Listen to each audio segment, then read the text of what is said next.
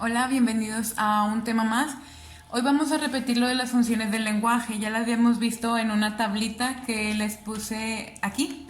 Bueno, hoy vamos a explicarla de manera breve. Si ustedes pueden ver, son 6 tipos, los 6 tipos que vimos la semana pasada. Referencial, metalingüística, apelativa, poética, fática y emotiva. Cuando hablamos de lo referencial quiere decir que solo estamos dando una información concreta. Por eso viene aquí la imagen de un periodista diciendo, hasta aquí mi reporte, Joaquín. ¿Por qué? Porque ya informó acerca de algún suceso o hecho que ocurrió alrededor del mundo, de la ciudad, del estado, etc. La metalingüística es aquello que en este caso podemos explicar mediante los lenguajes. Por eso aquí dice, existen 6 funciones del lenguaje. La metalingüística trata de que todos utilicen el mismo idioma para poder entender lo que están diciendo. La apelativa, o también conocida como conativa, quiere decir que aquello que influencia a los demás. Por eso está el monito que parece Peña Nieto y dice voten por mí. ¿Qué quiere decir? Está tratando de convencer a la gente de que voten por él. ¿Cómo lo hizo él? Mediante despensas o dinero que le dio a los ciudadanos. Poética.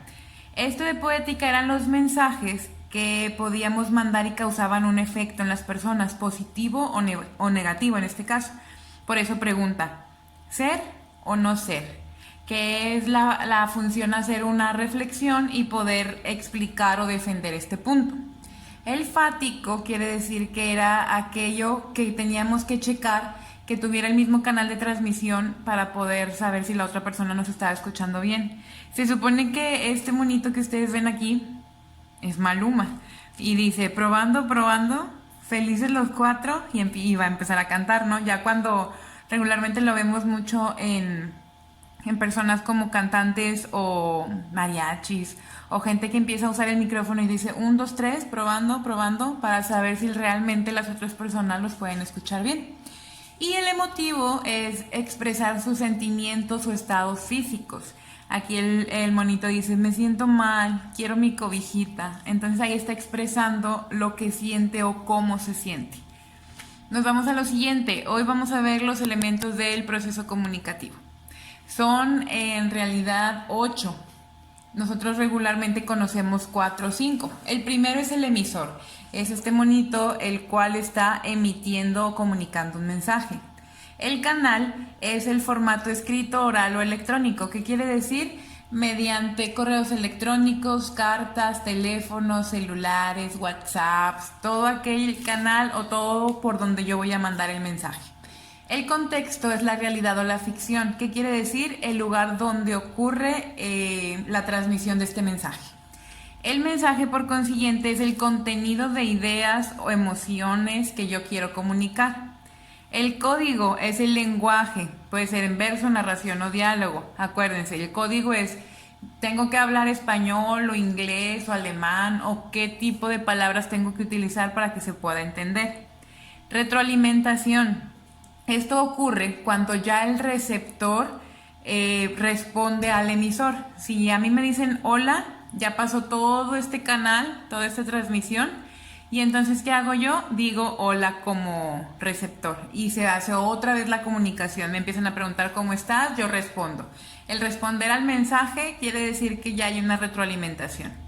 El ruido impide o dificulta la transmisión del mensaje. ¿Qué es lo que pasa cuando estamos hablando o platicando y pasa el señor del pan, pasa el de la fruta, el de los elotes, o mi perro empieza a ladrar? Entonces ahí todo ese tipo de dificultades que transmiten el mensaje se le llama ruido.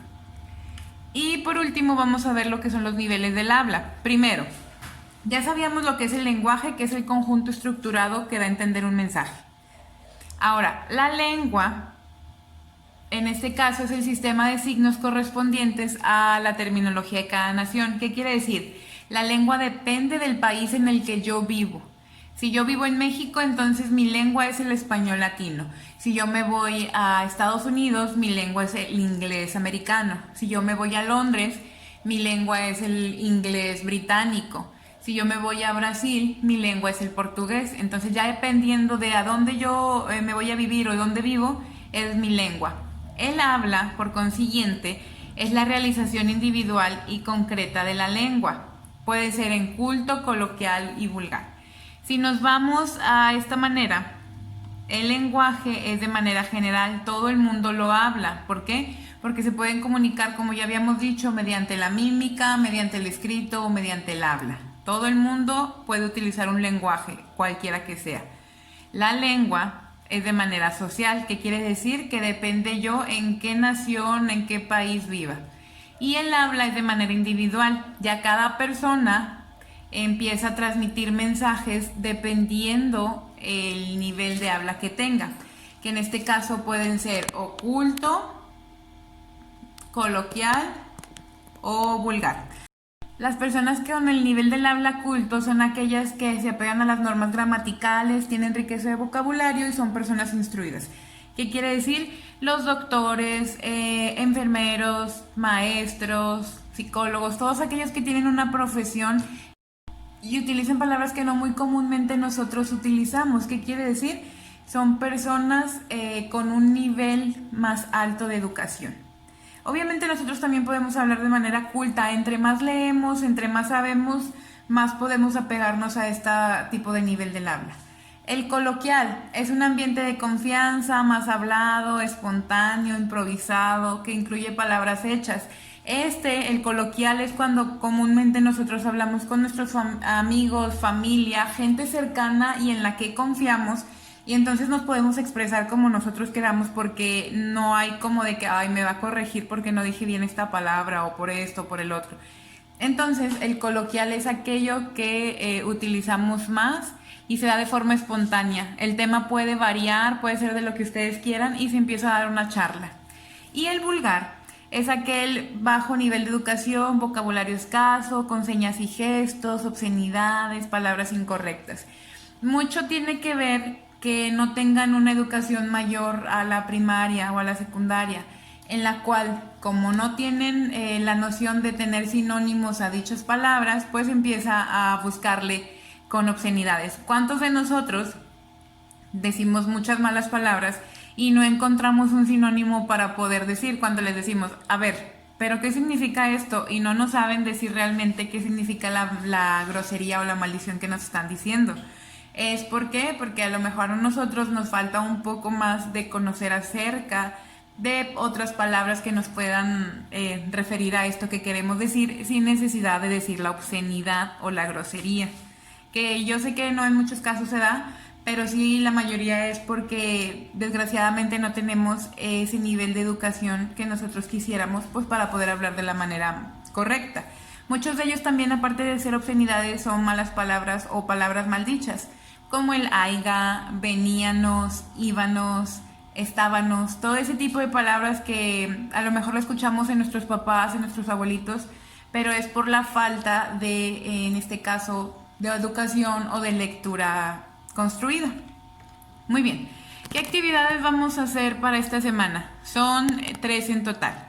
Número 1, elabora un folleto en el cual utilices la función conativa o apelativa. ¿Qué quiere decir esto? Tratando de convencer a las personas para que les compren algún producto.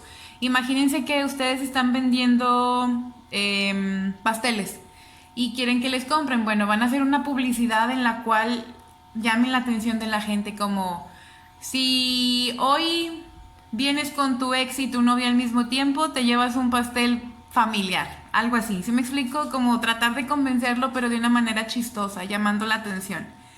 Número 2, imagina que ganaste un viaje a Cabo San Lucas y es para 2 personas. Elabora una carta o una conversación, puede ser un screenshot de WhatsApp o Messenger, en donde invites a un amigo, novio, familiar a este viaje.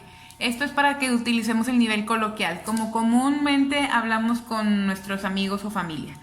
Y en el 2 es una carta o conversación donde invites ya sea a un profesor, a un director o un jefe, usando la formalidad al momento de la carta. ¿Por qué? Porque vamos a usarlo ahora en el nivel culto. ¿Qué tan formales podemos ser al momento de redactar una carta o en este caso una conversación para una persona a la cual vamos a llevar de viaje? De ambas cartas o conversaciones tienes que identificar mínimo 4 elementos de la comunicación. ¿Cuáles son estos? quién es el emisor, cuál es el canal, en dónde está el contexto, cuál es el mensaje principal, el código, la retroalimentación, como ustedes quieran. 4 de los 8. Y lo segundo es que en las 3 actividades es importante que uses la creatividad y la originalidad para que pueda aplicarse lo visto en clase. Como quiera, cualquier duda saben que me pueden mandar un mensaje y yo con gusto les respondo. Gracias.